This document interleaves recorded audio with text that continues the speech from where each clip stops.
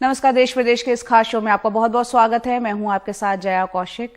बात करते हैं दिल्ली मुंबई एक्सप्रेसवे की, जिसका उद्घाटन आज प्रधानमंत्री मोदी करने जा रहे हैं। दरअसल यहां का सोहना दौसा सेक्शन जो है उसका उद्घाटन करेंगे प्रधानमंत्री, क्योंकि वो बनकर अभी तैयार हुआ है।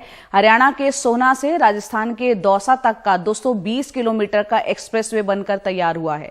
इसके तैयार होने से अब दिल्ली और जयपुर की दूरी, जो आमतौर पर 5 घंटे का वक्त लगता था, उसमें अब थोड़ी वो घट जाएगा वक्त। उसमें 3.5 घंटे का वक्त उसको तय किया जा सकेगा। सोहना से दौसा तक का सेक्शन जो है दिल्ली मुंबई एक्सप्रेसवे का पहला चरण है। सरकार का कहना है कि इस एक्सप्रेसवे के पूरी तरह बनकर तैयार होने के बाद दिल्ली से मुंबई तक की दूरी 12 घंटे में पूरी की जा सकेगी। दिल्ली मुंबई एक्सप्रेसवे 1386 किलोमीटर की लंबाई के साथ देश का सबसे लंबा एक्सप्रेसवे होगा। ये 6 राज्यों से होकर गुजरेगा, जिसमें कि दिल्ली, हरियाणा, राजस्थान, मध्य प्रदेश, गुजरात और महाराष्ट्र शामिल है। सरकार के मुताबिक इससे देश के कई इलाकों में आर्थिक विकास को बढ़ावा मिलेगा।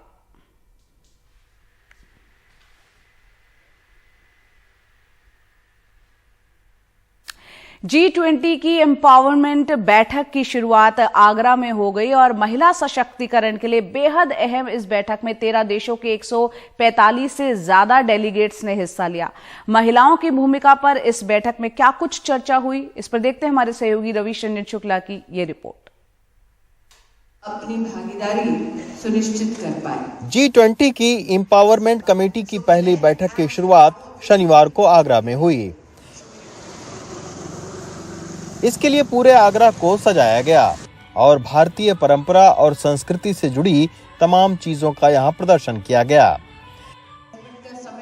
बैठक की शुरुआत बाल विकास मंत्रालय की केंद्रीय मंत्री स्मृति ईरानी के भाषण से हुई। 2 दिनों तक चलने वाली इस बैठक में विज्ञान, गणित और तकनीक के मामले में महिलाओं की हिस्सेदारी को बढ़ावा देने, उद्योगों में महिलाओं की भूमिका को बढ़ाने, महिलाओं की डिजिटल असमानता को दूर करने और उनके लिए एक डिजिटल पाठ्यक्रम बनाने पर जोर दिया गया।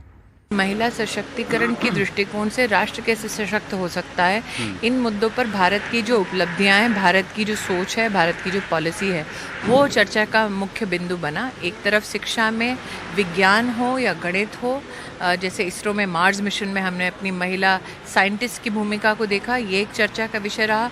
महिला और उद्योग, और विशेषतः जो सूक्ष्म रूप से अपना उद्योग चला रही हैं MSME के माध्यम से, वो भी चर्चा का विषय रहा। मुद्रा में महिला की सहभागिता और मुद्रा योजना की महिला के दृष्टिकोण से सफलता, ये भी एक चर्चा का विषय रहा। लेकिन साथ ही जो ग्रास रूट की महिला लीडरशिप है, उसको एक प्रमुख स्थान दिलवाया भारत ने, विशेषतः वर्ल्ड इकोनॉमिक फोरम की वार्ता के अंतर्गत। उसकी आज सराहना स्वयं UN विमेन ने आगरा की इस वार्ता में की है। G20 में एम्पावरमेंट मीटिंग अब त्रिवेंद्रम और भोपाल में भी होगी। किस तरीके से महिला और पुरुष के बीच में जो डिजिटल गैप है, यानी जो महिलाएं हैं वो डिजिटली किस तरीके से पीछे, उनको कैसे आगे बढ़ाया जाए, इस पर चर्चा होगी। और जो महिलाओं का वेतन है वो किस तरीके से पुरुषों के बराबर किया जाए, उद्योगों में कैसे जो महिलाओं की भागीदारी है उसको बढ़ाया जाए, तो इन सारे मुद्दों पर जो है वो इस बैठक में चर्चा होगी। 2 दिन तक ये चर्चा चलेगी। तमाम सारे जो G20 से जुड़े हुए देश हैं, उनकी जो महिलाओं का नेतृत्व है वो इसमें शिरकत करेगा। कोशिश यही है कि महिलाओं की भागीदारी का एक ब्लूप्रिंट G20 के प्रस्ताव में शामिल किया जा सके। आज एम्पावर में प्राइवेट सेक्टर ने भी अपना योगदान दिया और प्राइवेट सेक्टर ने W20 में सिविल सोसाइटी रहती है, दोनों के बीच में समन्वय से ये बात प्रस्तुत की गई कि कैसे डिजिटल लिटरेसी को पर्कुलेट करने के लिए हिंदुस्तान का ये सेगमेंट करिकुलम देगा, ताकि विश्व भर में चाहे वो संस्थाएं हों या सरकारें हों, इसका लाभ उठा सके महिला की दृष्टि से। भारत में 50 से ज्यादा जगहों पर G20 की बैठक होनी है। कोशिश यही है कि इन बैठकों के जरिए सामाजिक और आर्थिक समस्याओं की पहचान की जाए और दुनिया को बदलते भारत की तस्वीर भी दिखाई जाए। आगरा से नसीम और प्रेम सिंह के साथ रविश रंजन शुक्ला, NDTV इंडिया। और अब बात करते हैं त्रिपुरा की, जहां 16 फरवरी को चुनाव होने जा रहा है और चुनाव प्रचार करने प्रधानमंत्री मोदी यहां पर पहुंचे। कल उन्होंने कहा कि कांग्रेस और सीपीएम को वोट देने से फिर से हिंसा और भ्रष्टाचार की त्रिपुरा में वापसी होगी। हालांकि उन्होंने क्षेत्रीय दल तिपरा मोथा पार्टी पर सीधा हमला नहीं बोला। प्रधानमंत्री की दोनों रैलियों में अच्छी खासी भीड़ दिखी। धलाई में ग्राउंड जीरो से हमारे सहयोगी रतनदीप चौधरी और संजय चक्रवर्ती की आइए देखते हैं रिपोर्ट।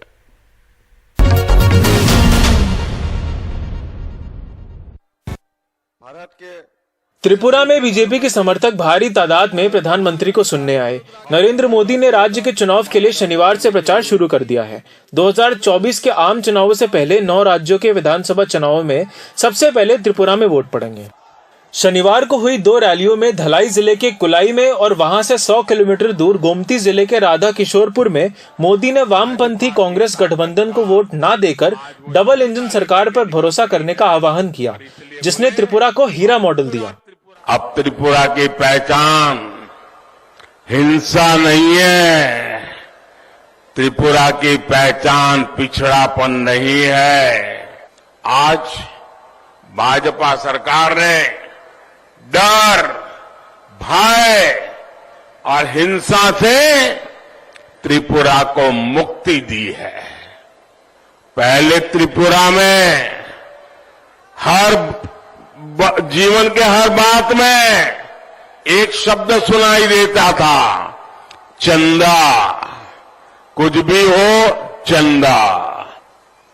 त्रिपुरा के विकास को हाईवे, इंटरनेट, रेलवे और एयरवे से सशक्त करने के लिए भाजपा की डबल इंजन सरकार ने दिन रात काम किया है। त्रिपुरा के धलाई में प्रधानमंत्री नरेंद्र मोदी का जो पहला रैली था उसमें बहुत लोग शामिल हुए और ये बीजेपी के लिए त्रिपुरा के चुनाव के पहले बहुत अच्छी खबर है। प्रधानमंत्री नरेंद्र मोदी ने लोगों को उनकी सरकार की उपलब्धियों के बारे में कहा, मगर ये जो इलाका है, ये इलाका जनजाति वोट बहुत मायने रखते हैं इस इलाके में। और इस इलाके में जब प्रधानमंत्री ने विपक्षी पार्टियों पर निशाना साधा तो उन्होंने सीधा सीधा निशाना साधा कांग्रेस और वामपंथी दलों के ऊपर। मगर जो जनजाति इलाकों में पार्टी अब उभर के आ रही है, तिपरा मोथा पार्टी, उसका नाम उन्होंने नहीं लिया। भाई और बहनों, दशकों तक कांग्रेस और वामपंथियों के शासन ने त्रिपुरा को विकास के हर पैमाने पर पीछे धकेल दिया था। लेकिन डबल इंजन की सरकार सिर्फ 5 वर्षों में ही त्रिपुरा को तेज विकास की पटरी पर ले आई है। धलाई की रैली में भारी संख्या में आदिवासी महिलाएं भी शरीक हुई। बीजेपी के चुनाव में जो आए हूँ मैं वो मोदी को देखना चाहती हूँ और जो इतने देश के लिए लड़ रही है उसको देखना चाहती हूँ कि वो कैसा है। और आपका जो ट्राइबल एरिया है, आपका जो ट्राइबल एरिया है, इस एरिया में इस बार रीजनल पार्टी तिपरा मोथा पार्टी आपके महाराजा के पार्टी लड़ रही है, उसके बारे में क्या बोलना चाहते हैं? तिपरा मोथा और महाराजा के बारे में क्या बोलना चाहते हैं? महाराजा के बारे में मैं बोलना चाहती हूँ कि वो भी अच्छा है, वो बहुत अच्छा है कि सबके लिए लड़ रहा है। राधा किशोरपुर रैली में मोदी ने कोविड के दौरान अपनी सरकार के काम को बयान किया।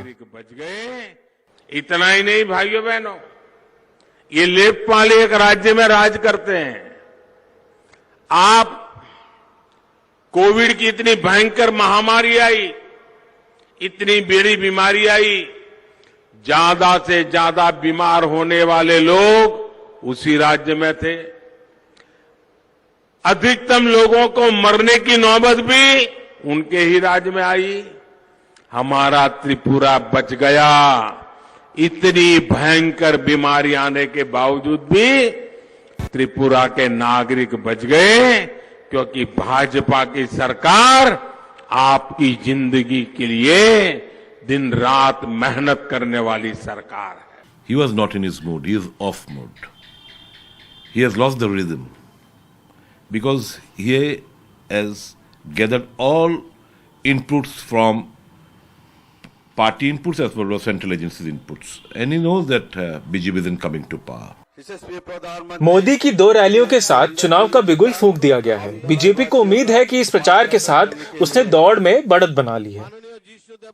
त्रिपुरा से रतनदीप चौधरी, एनडीटीवी इंडिया के लिए।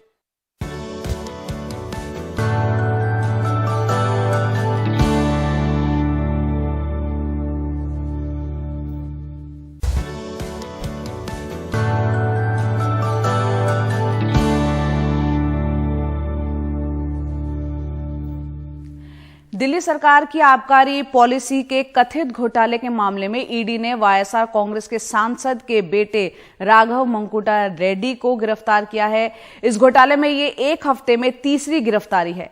राघव दक्षिणी भारत का एक बड़ा शराब कारोबारी है। राउज एवेन्यू कोर्ट ने राघव मंकुटा को 10 दिन की ईडी हिरासत में भेज दिया है। प्रवर्तन निदेशालय ने वाईएसआर कांग्रेस पार्टी के सांसद श्रीनिवासुलु के बेटे मंगुता राघव रेड्डी को शुक्रवार रात गिरफ्तार कर लिया। उन पर दिल्ली सरकार की आबकारी पॉलिसी के कथित घोटाले में मनी लॉन्ड्रिंग का आरोप है।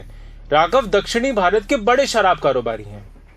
तेलंगाना के और आंध्रा के कुछ लोग एक्टिवली पार्टिसिपेट कर रहे थे सारे इस खेल के अंदर, और इसमें कई 100 करोड़ का खेल हुआ जिसमें उनकी हिस्सेदारी थी, क्योंकि जो कंपनीज आई, जिन लोगों को कंपनी को फायदा दिया गया, वो दक्षिण भारत की कंपनियां थी, और उसमें वहाँ के राजनेताओं के परिवार या राजनेता खुद भी जुड़े हुए थे। उसमें तेलंगाना के जो मुख्यमंत्री हैं उनकी बेटी का भी नाम है। तो जो लोग उसमें इन्वॉल्व हैं उनकी गिरफ्तारियां होंगी, उनकी जिन के ऊपर जानकारियां आएंगी उनकी गिरफ्तारियां होंगी। और परंतु ये बड़ा खेल हुआ है जिसमें आम आदमी पार्टी और दक्षिण भारत की कुछ पार्टियों ने मिलकर खेल किया है। गिरफ्तारी के बाद ईडी ने आरोपी राघव रेड्डी को राउज एवेन्यू कोर्ट में पेश किया और 10 दिन की रिमांड मांगते हुए दलील दी कि आबकारी मामले में राघव मुंगता की भूमिका शरद रेड्डी के जैसी है। राघव को कई लोगों के आमने सामने बैठाकर पूछताछ करनी है और मनी ट्रेल का पता लगाना है। ईडी ने कहा कि हम कोर्ट को यह दिखा सकते हैं कि कैसे 30 करोड़ हवाला के जरिए भेजा गया। राघव मुंगता ही मुंगता एग्रो फॉर्म प्राइवेट लिमिटेड को चला रहा था। मुंगता एग्रो फॉर्म ने यह बताया कि राघव मुंगता ही सभी फैसले करता था। 100 करोड़ की घूस कई लोगों के जरिए एक राजनीतिक पार्टी के नेता के पास गई। राघव मुंगता थोक और फुटकर दोनों कारोबार में शामिल था, जो आबकारी नीति के खिलाफ है। राघव मुंगता शराब उत्पादक भी है और 2 रिटेल जोन पर इसका कब्जा था। राघव मुंगता के वकील ने कहा कि उसकी हिरासत किस वजह से हुई इस बारे में नहीं बताया गया है। इस पर ईडी ने कहा कि राघव को गिरफ्तारी की वजह के बारे में पहले ही बता दिया गया था। ईडी के मुताबिक राघव की दिल्ली सरकार की आबकारी पॉलिसी बनवाने, उसे लागू करवाने और कमीशन खोरी में अहम भूमिका है। सीबीआई ने इस मामले के एक और आरोपी और तेलंगाना के मुख्यमंत्री की बेटी की सीए बुच्ची बाबू को कोर्ट में पेश किया। कोर्ट ने उसे 14 दिन की न्यायिक हिरासत में भेज दिया है। दिल्ली सरकार की आबकारी पॉलिसी के कथित घोटाले के मामले में ईडी अब तक 189 जगहों की तलाशी ले चुकी है। सीबीआई और ईडी इस मामले में 10 आरोपी गिरफ्तार कर चुकी है। बीते एक हफ्ते में ईडी और सीबीआई ने 3 आरोपी गिरफ्तार किए हैं। अब देखना होगा कि सीबीआई और ईडी इस मामले में कोर्ट में जो सबूत पेश कर रही है, कोर्ट उनको कितनी गंभीरता से लेती है। नई दिल्ली से मुकेश सिंह सेंगर, एनडीटीवी इंडिया। दिल्ली के रामलीला मैदान में जमीयत उलेमाए हिंद के वार्षिक अधिवेशन में जमीयत के अध्यक्ष मौलाना महमूद मदनी ने कहा कि यह हिंदुस्तान जितना मोदी और मोहन भागवत का है उतना ही महमूद का भी है। मदनी ने आरएसएस प्रमुख मोहन भागवत को दोस्ती की दावत भी यहां पर दे डाली। देखते ये रिपोर्ट। देश के सबसे बड़े मुस्लिम संगठन जमीयत उलेमा हिंद का वार्षिक अधिवेशन शुक्रवार से दिल्ली में चल रहा है। देश और विदेश दोनों से बड़े बड़े मौलाना और हाफिज इस अधिवेशन में शिरकत करने पहुंचे हैं। अक्सर देश में मुसलमानों से देशभक्ति का सर्टिफिकेट मांगने वालों पर टिप्पणी करते हुए मौलाना महमूद मदनी ने कहा कि यह हिंदुस्तान जितना मोदी और भागवत का है उतना ही महमूद का भी है। भारत हमारा देश है, जितना ये देश नरेंद्र मोदी और मोहन भागवत का है उतना ही ये देश महमूद का भी है। ये खुदा के सबसे पहले पैगंबर अबुल बशर सैयदना आदम अलैहिस्सलाम की सरजमीन है। ये धरती इस्लाम की जाए पैदाइश है। ये मुसलमानों का पहला वतन है। इसलिए ये कहना, ये समझना और ये बोलना कि इस्लाम बाहर से आया हुआ कोई मजहब है, ये सरासर गलत और तारीखी एतबार से बेबुनियाद है। इस्लाम इसी मुल्क का मजहब है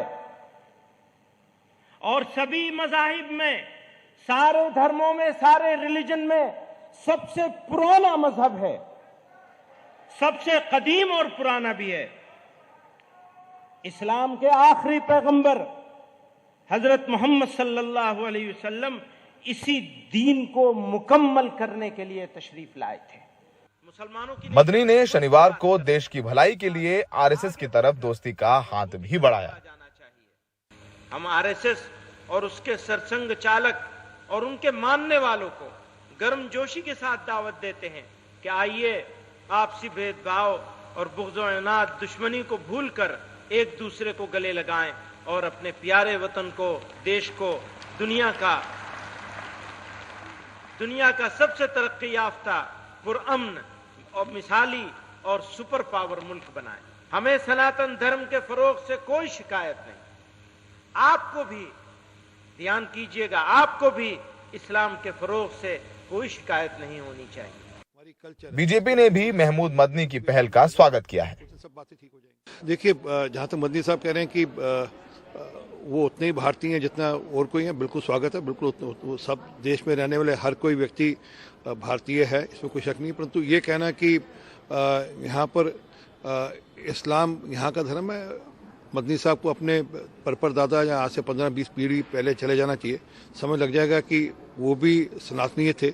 इस देश में रहने वाला हर व्यक्ति सनातनी है।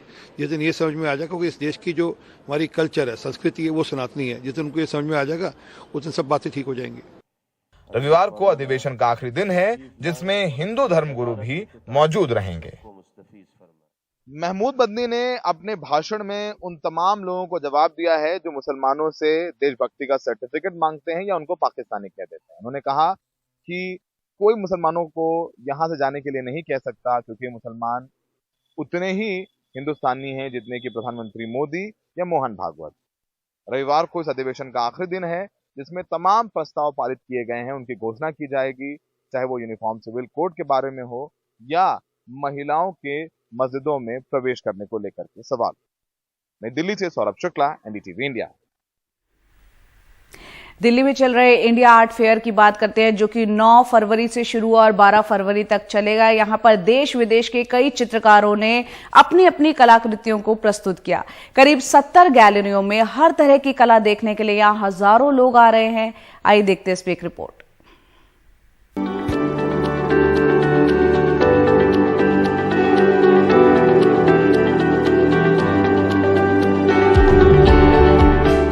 आइए करते हैं कला जगत की सैर, जहां रोजमर्रा की जिंदगी और उसकी सच्चाई को एक अलग ढंग से हम देख सकते हैं। कपड़े से लेकर डिजिटल माध्यम के जरिए कलाकारों ने इंडिया आर्ट फेयर में कई सवाल उठाए।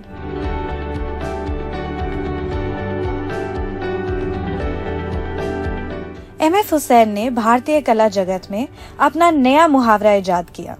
राजा रवि वर्मा के देवी देवताओं के चित्रों से हटकर हुसैन ने पौराणिक कथाओं को एक नए ढंग से दर्शाया तो उनकी जान पर बनाई।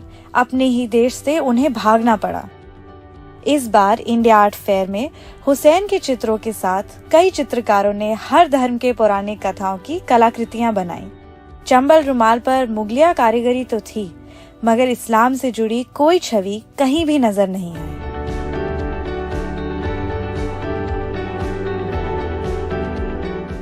आज के उथल पुथल वाले समय में सचेंद्र नाथ झा ने बड़ी खूबसूरती से बताया कि वो किस तरह देवी देवताओं के चित्र बनाने के बजाय पूजा पाठ के अन्य तत्वों पर ज्यादा ध्यान देते हैं। तो पूजा में जो फूल पत्ती यूज हो रहा है उसको दिखाते हैं।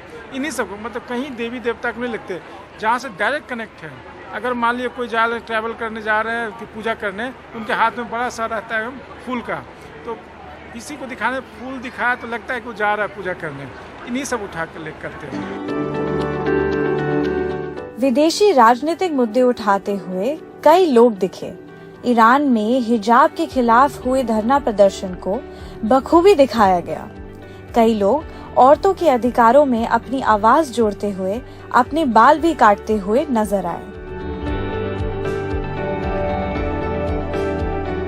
वहीं दूसरी ओर लतिका कत ने मूर्ति कला की दुनिया में औरत होने के नाते 1966 से अपनी लड़ाई के बारे में बताया।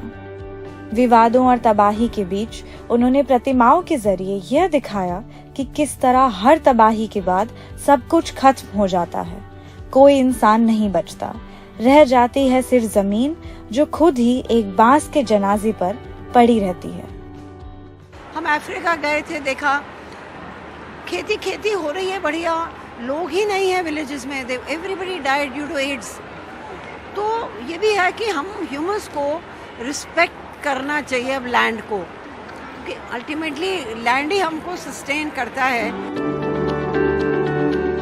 बिछड़ती हुई जमीन और परंपराओं के बारे में वायदा बंधुओं ने वर्ली आदिवासी कला के जरिए बताया। सरकार ने आदिवासियों की कला को बढ़ावा देने की बात कई बार की है। चमकती हुई आर्ट गैलरी में वर्ली आर्ट को भी थोड़ी जगह मिली। मयूर वायदा ने बताया कि किस तरह वर्ली आदिवासियों के आध्यात्मिक स्थल विकासमिक होते जा रहे हैं। कई पेड़ जिन्हें लोग पूजते थे उन्हें काट दिया गया। लोग भी अब उन मान्यताओं को भूलने लगे हैं। वर्ली आदिवासियों की रूह को, अपने बचपन की यादों को और बुजुर्गों से सुने हुए किस्से को समेटते हुए मयूर और तुषार वायदा ने चित्रों के जरिए उन्हें सहेजने की कोशिश की है। कमर्शलाइजेशन की वजह से ट्राइबल आर्ट को राइट डायरेक्शन मिलना ज़रूरी है, क्योंकि जो रीति है, रिवाज है, इट्स नॉट जस्ट आर्ट, ये कम्युनिटी का एक बहुत इम्पॉर्टेंट पार्ट है और सिर्फ डेकोरेटिव चीज़ नहीं है। बहुत सारे रिचुअल्स, बिलीव्स और लोगों के इमोशंस इससे अटैच हैं। तो इन सब चीज़ों को लेकर अगर इसे कला में कन्वर्ट कर पाएंगे विदाउट लूजिंग द एसेंस, तो एक राइट डायरेक्शन बन सकता है फॉर न्यू जनरेशन। इतिहास में कला की बहुत अहमियत है। कोई बात किसी सदी में क्यों कही जा रही है या क्यों नहीं कही जा रही है, इस पर गौर फरमाना चाहिए। एक तरफ कला राजनीति का साधन है, तो दूसरी ओर वह धरना प्रदर्शन का भी प्रतीक है। आज इंडिया आर्ट फेयर में आज के समय को, इस सदी को इतिहास में बहुत खूबसूरती से दर्ज किया गया। मैं हूं शुभांगी डेढ़गवे, कैमरा पर्सन संजय कौशिक के साथ NDTV इंडिया के लिए।